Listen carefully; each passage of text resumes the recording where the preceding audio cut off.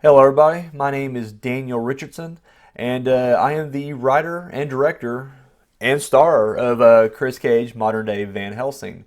Just here to do a little bit of the audio commentary and kind of give you a little insight into what it was like to make this film.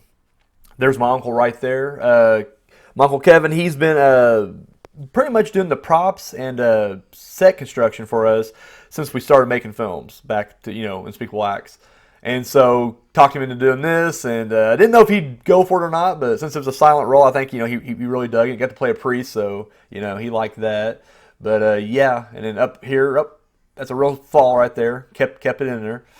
So the basic idea behind these this intro sequence here is basically, Kris Kage is supposed to be this, monster hunter, this Van Helsing type, ripoff, and basically supposed to kind of show all the various adventures he's had over, the course of the years. Of course, we actually only shot these for, literally over the course of 2 days. That blood, by the way, freaking haunts me. I'll get to the blood here in a little bit when we get to the end of the intro here. But what you're listening to right now is this song is King Louie's Missing Monuments, song called Superhero. And going through the free music archive and came across it and just freaking fell in love with it. And just, I don't know, I just love the high energy of it and everything else. So it's my little cousin Haley there, puking up the pea soup on me right there. So getting back to the blood real quick, in my mind initially I had this concept of like as I'm striking and killing all these monsters, I'm getting hit with a ton of blood. There was just no budget though for a ton of blood, so we had to scale it down to just a glass of blood getting thrown in my face. However, when it came time to actually shoot this, literally no one could hit me in the face with the blood. It was ridiculous. Like they kept either hitting me in the ear, the shoulder. They'd miss me completely sometimes. And when they would hit me in the face, you would see the cup in the shot. And so we had to kind of scramble because, once again, no budget, not a whole lot of outfit changes. So like I had to like figure out what am I going to do now. So we kind of came with this shot right here where, I kill this zombie, and which is played by executive producer Simon Terrell, and a little bit of blood to come up and hit me right there in the chest. And so I'm kind of like, that's weird. I didn't get hit with all the blood like I did the last 3 times. And while this is going on, Simon has taken off the mask and come behind me, and he's going to throw the blood on me. So it just kind of goes to show you, like, it's a meta type thing. It's like it is a TV show, type, thing. Like, you saw the cup earlier enter the frame. Well, it was meant to because there was a stagehand throwing blood on me, and then, that's what, Simon played the stagehand there. People are wondering why I opted to shoot black and white on this, and the real reason is because we're amateurs and we don't quite know how to do lighting just yet. In the finale scene, when it's me, Josh, and October having our big, final argument or whatever, a lot of different camera setups and different angles. However, when we went to review the footage, the lighting was completely different from shot to shot. It just looked really bad. Of course, I put this in color because, if you're going to have 3 gorgeous women on a bed, making out, you got to put that in color for sure. So, however, the rest of it is in black and white for the most part, except for the intro and the post-credit scenes. And the background was you can see it's waving right there. There's a little mistake. It's supposed to be this brick wall, and but it looked even faker colorized. So early on, I was like, yeah, we're going to make this black and white. So that's why we did that. I often kind of compared this. I kept saying this is kind of like my Kevin Smith comedy, and only meant by the fact that it's just very dialogue driven, like not a lot of action, with the exception, I guess, of this scene right here. But the finale scene is just a lot of talk. And so, anyways, when I said that, everybody thought I was taking it kind of literal with the black and white, or the fact that Kris Kage and Joel kind of have a Randall and Dante dynamic, and that was unintentional. That the only thing I meant by the Kevin Smith comedy is just the dialogue driven comedy. So, and there's Josh. He just literally sat in front of the wall and just spouted off random lines over and over, and just kind of gave us something different each time. So I had a lot of different takes to choose from. That vampire you saw earlier in her nightgown that I staked, the first one, that's actually my girlfriend Angel Lopez, and she's helped us out on all of our movies up until this point. And so it was, finally got her in front of the camera, and she wore her nightgown. So thank you, sweetie. I appreciate that. The girl in the back there, the actress on the bed, that is Beth Pritchard. She was on Unspeakable Acts with us, and she's helped us out throughout as well. We used her basement quite a bit. We keep reusing it for the dungeon, and in the bottom of the basement of this house and everything else. So, and that is Kayla Fields right there. And actually, this is her first time being in the movies with us. Although she was in the music video, My First Snuff Film. Performed by the TPS House Band. And so we worked with her before, but this is the first time we actually put her in a movie, and she did really great here. This was a lot of fun to shoot because, all it was just basically us arguing and bickering, and she could keep up with you no problem. So it was just really great to have someone to play off of, like that.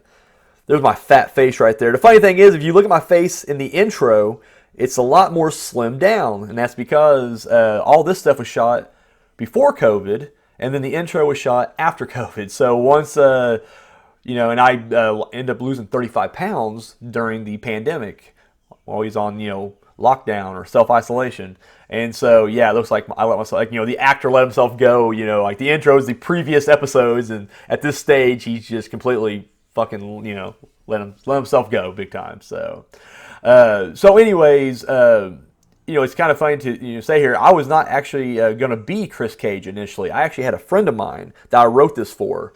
And the concept of Kris Kage, the idea I had going into this was he was a cross between Ash from The Evil Dead and Stan Smith from American Dad, in the sense that, he says a lot of, he's a big dumb idiot. He just, he says a lot of things that are, considered offensive or whatever, non-PC, but he doesn't mean anything by it, and he really is, a decent guy.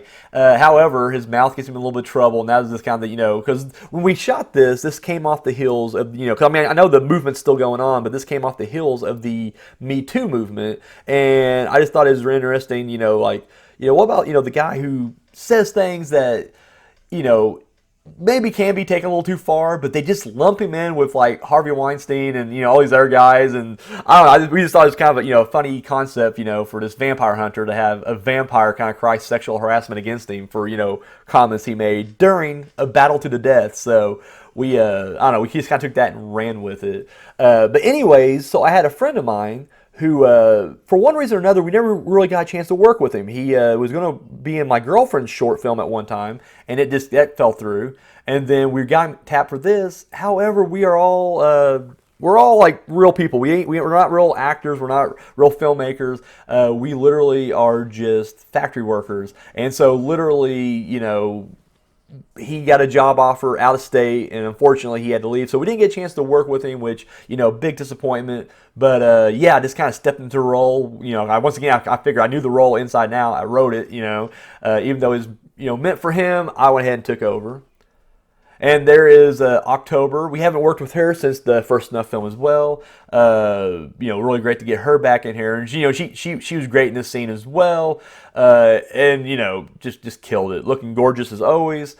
And then there's Josh, and we haven't really spent a whole time talking about Josh, but he fucking nailed this one. Again, just so natural. Me and him just, we could play so well off of each other. And, it's a different dynamic here too, because, the first time we worked together was Unspeakable Acts, and he was more of a straight-laced journalist, and I was the wisecracking, convict or whatever. The second time we worked together was on Entropy, where he was a psychopath who has me tied to a chair, forcing me to play Russian roulette, and, I'm kind of a little bitch in that movie. And here, he's now kind of the laid-back, wisecracking guy, and I'm kind of the neurotic, trying to make sure everything's going, trying to make sure everything's, staying on track. And of course, he's not helping. As you can see, he switched sides there. He's on the vampire side right now.